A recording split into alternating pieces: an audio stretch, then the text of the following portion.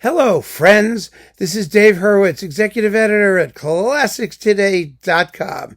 Well, you asked me as part of our Music You Can't Live Without series to do 16 composers I couldn't live without. And I said, no, I'm not going to do that because it's impossible. I mean, there's like all these composers I love and music that I love generally in different genres. We just talked about TV tunes, which could be anything, and songs and who knows what.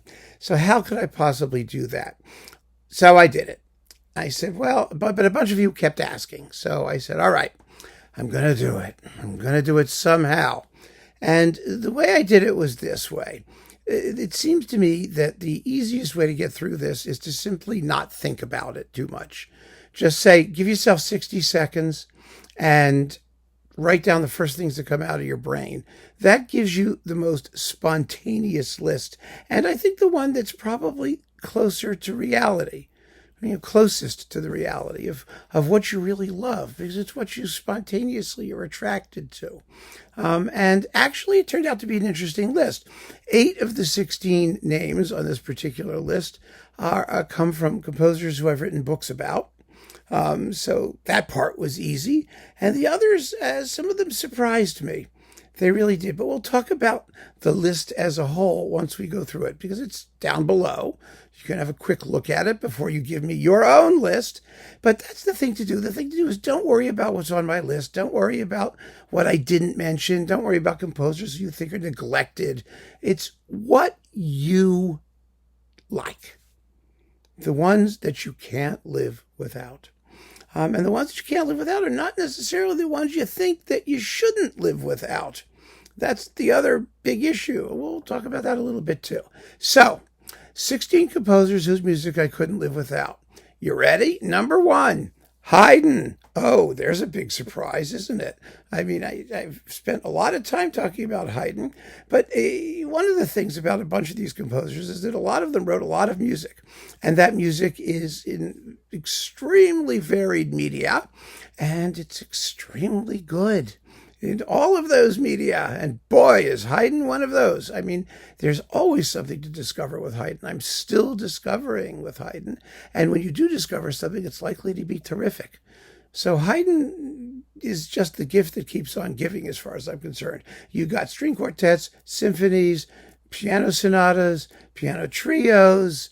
You've got masses and choral works and oratorios and a few select really fine concertos and a few select really fine operas and songs, and it's just an unbelievable list. A really amazing list of stuff. And he's joyous and he's sane and he invented music as we know it. There's practically nothing in later music that you can't hear first, at least in embryonic form, in Haydn. And so Haydn is on top of my list. He's not necessarily my favorite composer. I mean, you may think that, but this is not about favorites. I detest favorites. Some of you may have seen the Mother's Day special with my mom giving her classical picks. And one of the things I learned from mom is mom always told me, she said, I have 3 children and I do not have a favorite. And she often heard my grandmother or my aunt or someone saying, oh, so-and-so is my favorite. I was a favorite, I must say. And my mother would say, no, there are no favorites.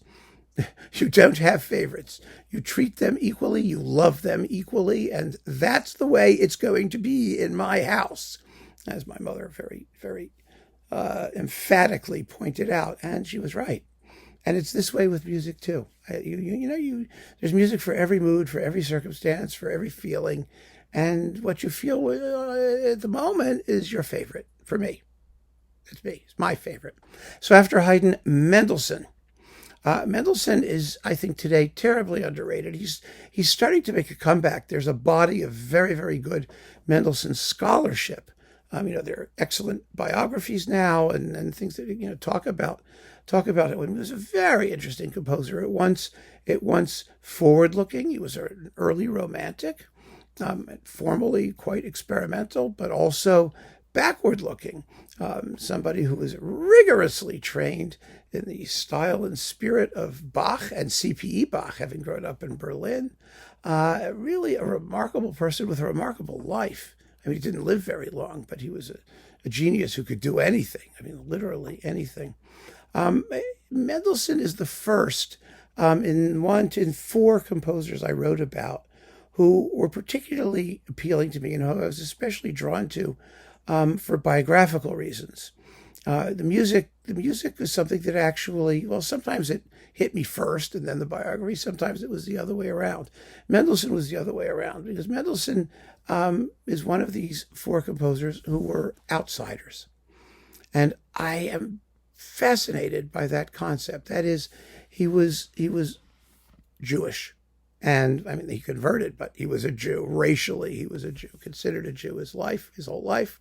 He became incredibly successful, especially in the UK and in certain other places. I mean, he was highly respected, highly regarded, but still, his reputation actually diminished over the course of the 19th century as the anti-Semitism in Europe rose and nationalism rose and all of those delightful, wonderful philosophical constructs have perverted and poisoned our view of things, cultural.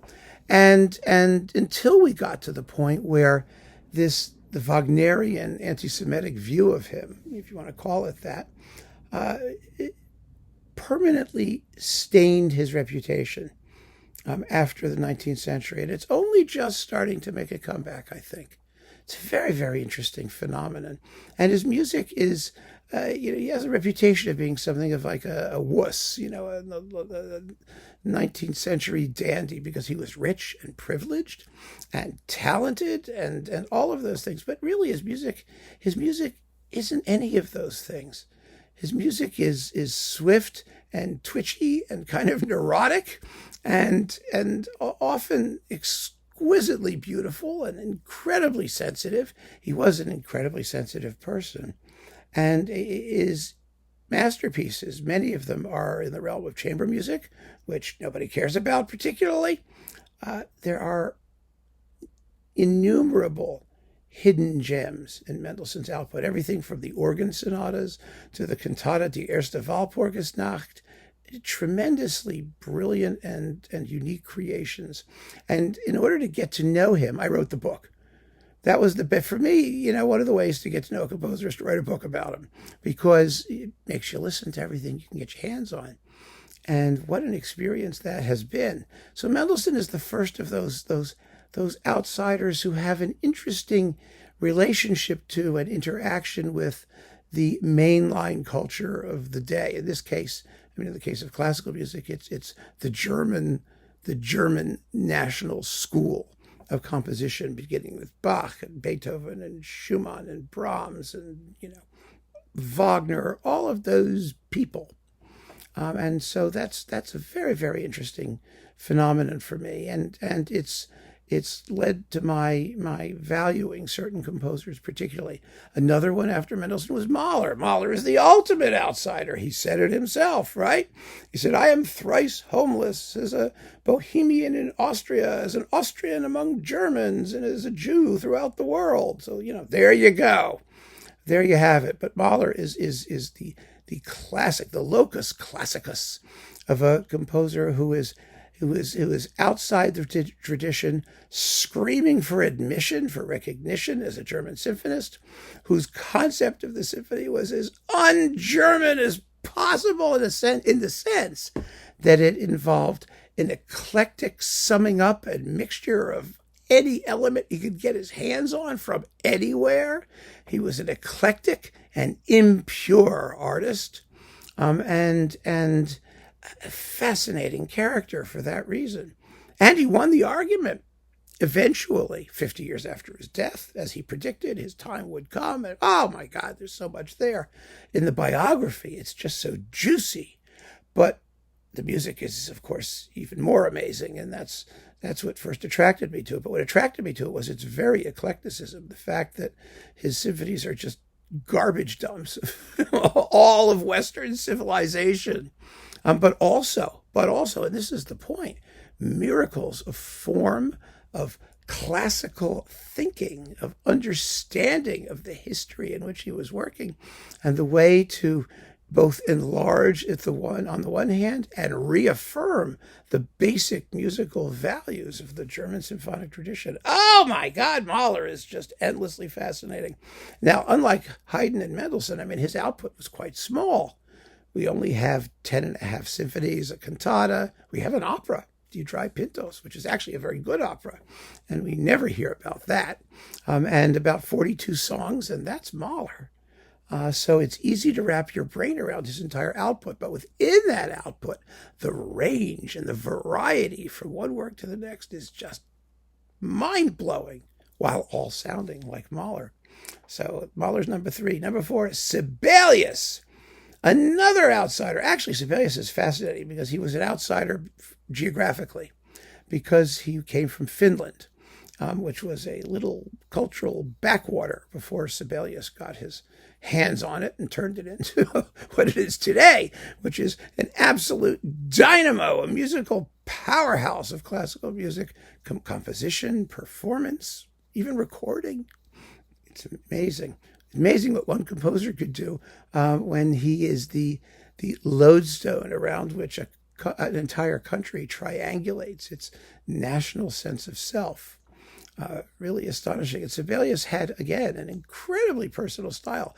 But his publisher, his main publisher, Breitkopf and Härtel, was, of course, in Germany. And his market was Germany.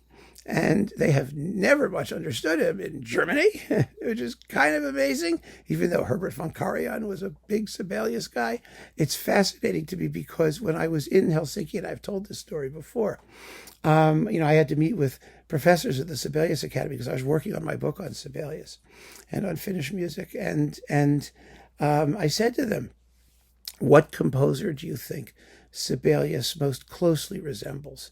And they all looked at me as a man and said, Brahms. And I said, Brahms? It doesn't sound anything like Brahms. Not only does he not sound anything like Brahms, but German orchestras, I mean, I know this from experience, anecdotally and personally, can't stand playing Sibelius. If you told them that he sounds like Brahms, they would look at you like you're nuts. I mean, nothing could sound less like Brahms than Sibelius does. Now, it's true, like Brahms, Sibelius had a classicizing streak in his music, but, the range of things that he wrote, I mean, tone poems and incidental music, and, and the focus on the orchestra, the sound of the Sibelian orchestra, oh my goodness, it's all totally different. It just goes to show how heavy the influence and the ideal of the German symphonic tradition remains even to this day. And it was Sibelius's in a way too, but it ain't what he did. It's just not. And his own style is inimitable. Nobody really sounds like him except some composers in the UK, Walton's first, Sibelius in the United States, the idea of a one movement symphony, the Harris Third and Barber First, things like that. These formal stratagems had their impact, but not in Germany.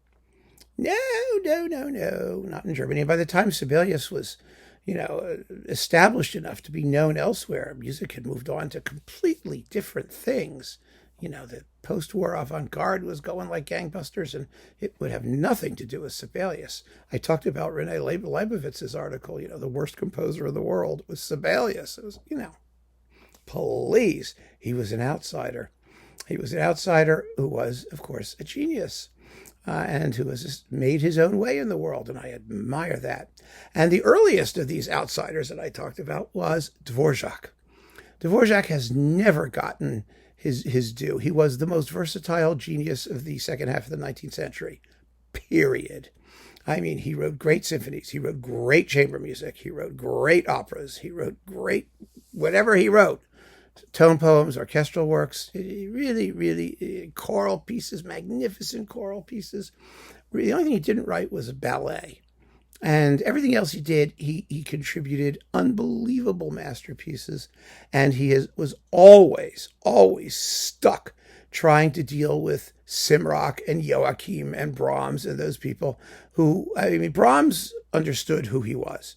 He and Brahms had a friendship, and although at times they could be somewhat critical of each other, they really admired each other. Dvořák thought Brahms was incredible, and Brahms thought Dvořák was incredible, to the point where he edited and prepared Dvořák's music for publication with pleasure. And they were moving along parallel paths as chamber music and symphonists. They both had a strong classicizing streak, but Dvořák was so much more than that, because it was his life's ambition to prove that a Czech peasant, because they all looked at him as a Czech peasant, he's a nice little peasant, here, little peasant, nice peasant, pat him on the head and send him on his way, naive and provincial and all of that bullshit, that kind of person could demonstrate that Czech music had an equal right of participation, of legitimacy, of value, as set against the greatest certified classics of the Viennese classical school. And he did it. He accomplished it. He did it in every medium in which he worked. And it was harder in opera, because opera was dominated in the German school by Wagner, who tended to muscle out the competition. And Dvořák's operatic experience was based on his actual performance in the theater in Prague, where he was a violist, and he played crap loads of operas and knew more about it than anybody in the universe. But again, he didn't get credit for it. He still doesn't get credit for a lot of his greatest work, just because he was from where he was from. So he was an outsider too, and his achievement is extraordinary. It's still being assessed. These nationalist and political and they have nothing to do with the quality of the music. Remember, none of this has anything to do with music. It's biography, and it's geography and politics and racism. All of these things determine our current assessment of the value of these people as composers. And the books that I wrote about them were designed basically to set the record straight, to say that what matters is the music, not where it came from or any of this other crap. Just focus on the music. And when you do, you'll be dazzled. So Dvořák is one of them. Handel is one who I never got into. And the way I got into it, there were two things that got me into Handel. I have to say, I wrote the book.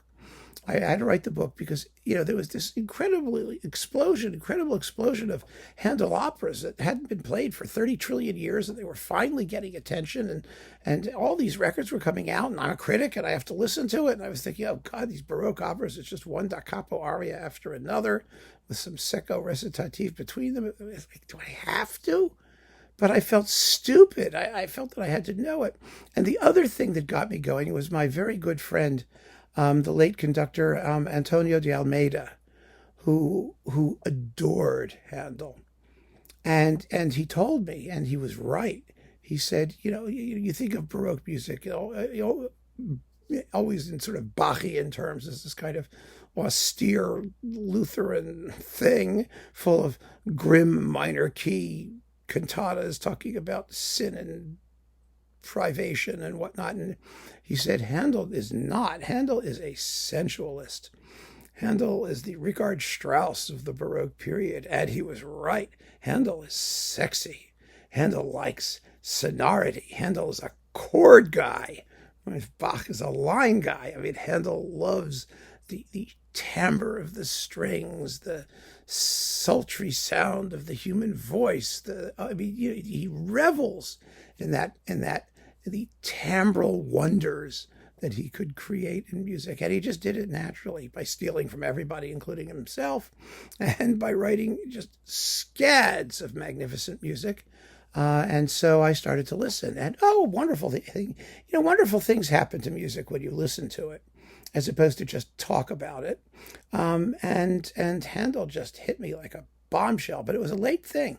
And my discoveries were incorporated into my book on Handel. And wow, what a guy. I mean, I'll just leave it there. What a guy. After Handel, another actually sort of an underdog composer, an outsider in a way, is Rossini. Rossini, you'd think wouldn't be, because Rossini invented the forms of Italian opera, of 19th century Italian opera. Everybody who came later, Donizetti, Bellini, Verdi, they all depended, Puccini, they all depended on Rossini for their basic concept of form, the form of a scene, of an aria, all this. I mean, they really, Rossini was a remarkable character, but he had two separate careers.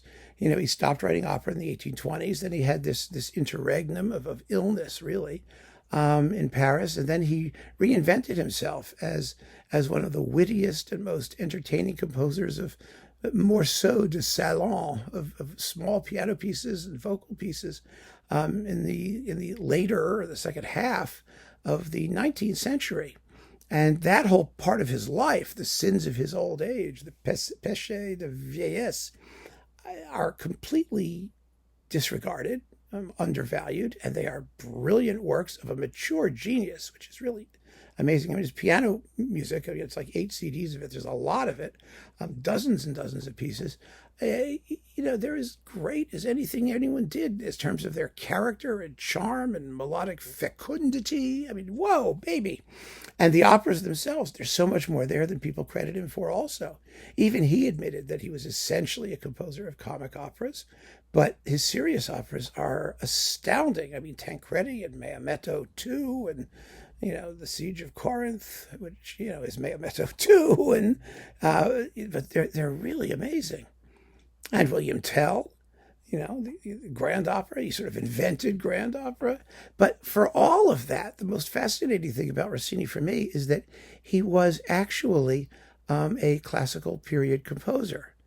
He was the last of the great classical period composers. He lived to the 1860s, but he was a classical period composer, a contemporary of Beethoven, and the rage of Vienna. Beethoven was terribly jealous of him. It really was.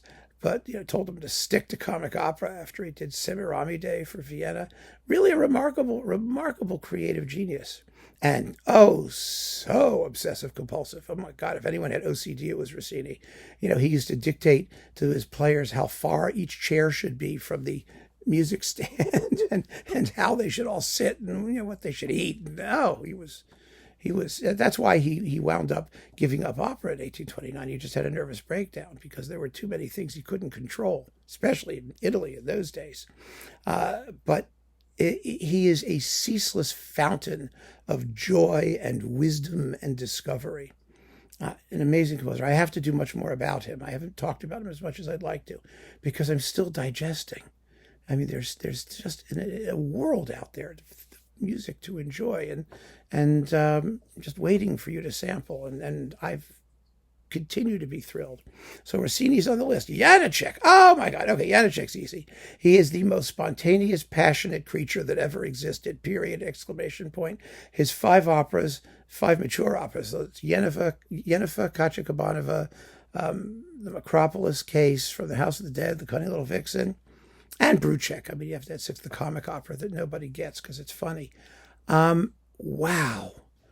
I mean, if those aren't the most interesting, the plots are weird, the music just erupts at you, they're fast, they're visceral, and all of his music's like that, all of his mature music's like that. Nothing sounds like him, nobody is like him, nobody can do what he did. How he did it is anybody's guess, and that's all for Janáček. What else can I say? It's like slices of the life force. That's what his music is like. It's dazzling and refreshing. After Janáček, Vaughan Williams. Oh, Vaughan Williams. I love Vaughan Williams. Vaughan Williams is, what can I say? I mean, he's a composer who I think did for English music what should have happened 100 years before.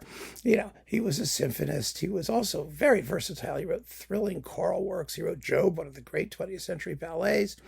He wrote operas. He was also extremely complete as an artist and very open. His music is life-affirming for the most part. It has a huge range of mood. and his style that he invented, this sort of modal English, but still contemporary, often quite dissonant, often very transcendental, mystical. Wow, what a guy! You know, he's like the complete package. He's just sensational. So he's definitely on my list, as is Stravinsky. Oh God, Stravinsky. Stravinsky is one of those composers I listen to when I need a break. What I mean is Stravinsky's music is like it's like air freshener or mouthwash or something like that. You know, it's dry and cool, and even the Red of Spring. You know, I mean, it's he has very little emotion in his music. It's not his music isn't about emotion. His music is about structure and form and the aesthetics of what it is. There's a coolness to his music that I find incredibly bracing. It's like a tonic, you know. You put that stuff on your face and you do this. That's Stravinsky, and he's great when you're in that kind of mood. When the excesses of the Romantic era or the hysterical kookiness of the expressionist modern school get to you, you put on some Stravinsky and you just it's like having a cool bath of refreshing spring water. You know, I mean, it's what Sibelius said about his Sixth Symphony. Also, because it was neoclassical, it was like a glass of cold spring water. You don't need to get drunk. Sometimes you need something sober. Stravinsky was sober, and he wrote masterpieces. I mean, in every era in which he worked, every style in which he worked, and his output, although not huge in terms of time, is incredibly diverse in terms of media. You know, you've got the symphonies, you've got the ballets. He's the great ballet composer of the 20th century. And the ballets are all worth listening to, aside from seeing them on stage. They're just wonderful music. He gave ballet an aesthetic seriousness that had sort of lacked in the 19th century. Orpheus is just one of the most glorious works of the world. Oedipus Rex, his Greek things, on classical subjects, are amazing. Persephone, I just Agon. Hey, Stravinsky is the man. He's incredible when you're in the mood. But I am in that mood sometimes, more often than not. And it's for some periods of my life anyway. And he's always been there for me. Just a wonderful experience when I feel like it. And when you feel like it, nobody else is as good. Nothing else will do. So then Charles Ives, who came from Danbury, where my dad was from, who went to my high school, and then Yale, and he's my youth, and a very interesting youth at that. One of the great musical visionaries, somebody who questions what music can be, what it ought to be, what you should do with it, how it works. I mean, oh my goodness, it's all in there, and his music is at once spiritually luminous and touching, very human. It's a jumble of human activity, with tunes that you recognize and harmonies that you sure as hell don't. And he also wrote in just about every medium, which is fascinating. He did so much in really a rather brief span of time that he was active as a composer. He was completely rejected in his lifetime, but he had integrity. His music has that integrity, and it's just wonderful. Then, okay, Ravel.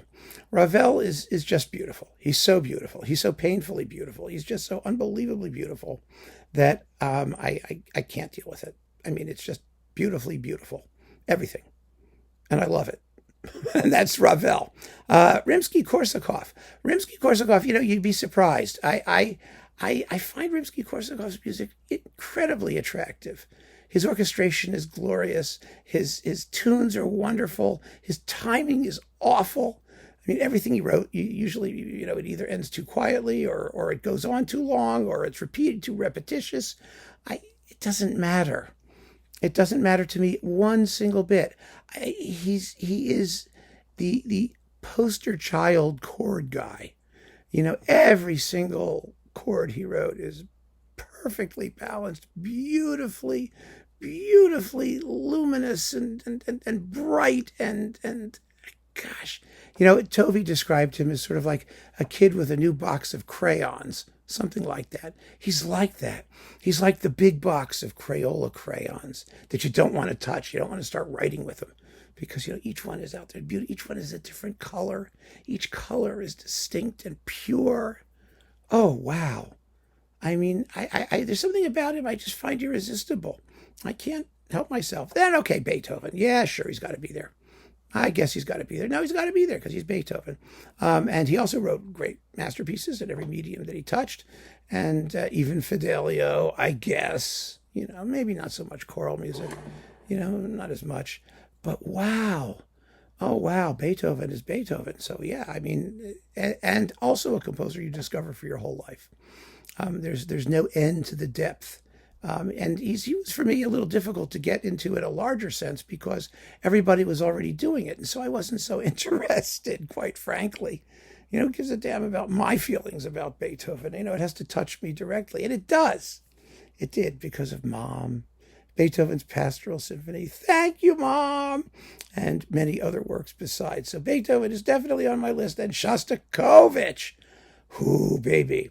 The modern symphonist par excellence, who, you know, embodied all of the pain and anguish and horror of the 20th century, while also, and here's the point, giving us redemption, triumph, shallow sometimes, bombastic sometimes. The very unevenness of his symphonic output is a source of strength in its way. And of course, there are the string quartets and other chamber works and Lady Macbeth and his two styles from his pre-Soviet oppression style to his post-Stalinist style, and how he managed to still be himself and create no matter what they threw at him or tried to do with him. Boy, oh boy, is he a model of a life well lived. Really, really well lived, despite all of the hardships that he endured. And last but not least, I got to wrap this up, guys. Martinu. He was my big discovery of like composers I hadn't heard of. Like, what's a Martinu? I found his symphonies, the Neumann Symphony Cycle, in the import back dusty, you know, blow the dust off the albums part of Cutler's in New Haven, next to the Yale Co-op, back when it was still there. And I've talked about this. They had this weird cover by this Czech person. You people know who it was. And it was like weird looking. It's like, what the hell? But he wrote 6 symphonies. I'd never heard of him. And I put them on and, oh, wow. Martinu is one of those composers who has a truly distinctive voice. And one of the things I look for in a composer is that uniqueness. I mean, if that's the first thing that hits you, here's something in a style I've never heard before, but which is used consistently, which is really the guy's own language, well, then you know you're onto something special. The next question is, does it really strike you? Does it appeal to you? Well, it sure as hell did. And then oh God, he wrote tons and tons of music. He was, you know, he was treated somewhat badly. Well, first of all, because he was in exile for most of his life, but also because he was a neoclassicist. He was not one of the avant-garde type composers. And also, finally, because he wrote lots of music. And people are so suspicious of composers who are prolific. And I'm not. I can't be suspicious of someone who's prolific. I've done 4,700 videos. So you know, prolificosity, prolixity, I don't know, and prolificness, that can't be a disqualifying factor. Doesn't mean everything is equally great. It's not the point. The motivating impulse behind it, the character behind it, well, that's another thing. And Martinu had that in abundance. So, to summarize, where are we? Well, it looks like this list, which, as I said, just came out of me in a minute or two, is slim on the German nationalist school, the 19th century German Romantic school. I mean, I don't have Mozart, I don't have Schumann, I don't have Brahms, I don't have Wagner, and I think that's interesting. I really do. Like I said, you know, I myself am an outsider. You can't be Jewish and not be an outsider. It's part of your growing up, especially in the 60s in white Protestant / Catholic America. It's not that I felt that I was victimized. I don't have any self-pity about it. But you know when you're sort of standing on the outside looking in. You're not participating, in public school, and everybody's doing their Christmas decorations and stuff, and the teacher says, "Here, take that 6 by 6 inch square of the what you call it, board, not the blackboard, the other one thing. You stick things in pins and do your Hanukkah bit. Do a Jewish star and stuff it up there. That's you, little Jewish boy." That's the way it was. And so I gravitated, for whatever reason, whether I heard it in the music, as with Mahler, or I knew about it biographically, or I found the history or the names exotic. I mean, that was the kind of music that I think I naturally gravitated to. And so those are the composers whose music I live without. They are not necessarily the composers who I think are the most important. They are not the ones who I listen to more than others necessarily. This is a very specific question, and I've tried to give it as honest an answer as I possibly could. So I'm looking forward to hearing your selections as well. Keep on listening, friends. Thanks so much for joining me. Take care.